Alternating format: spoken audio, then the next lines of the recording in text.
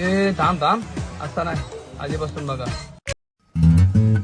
अचानक पोपटीचा प्लॅन झाला.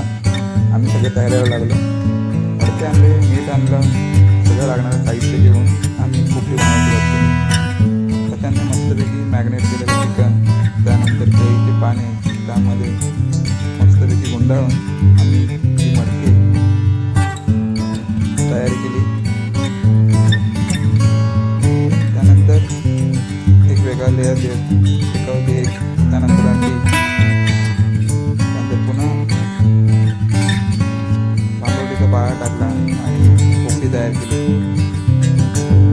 पोपटीतील पाळा बाहेर पडू नये म्हणून पलटी मारून त्याला शेकोटीला ठेवली आणि शेकोटी पेटवली. त्या पद्धतीने आम्ही शेकोटी पेटवून पोपटी तयार केली. मस्त शिजली का पाहिली आणि मग सरळ मजा घेत पोपटीचा आनंद घेतला. त्यानंतर गरमागरम पोपटी, चिकन आणि अंडी खायला मजा जी आली ती काही वेगळीच होती.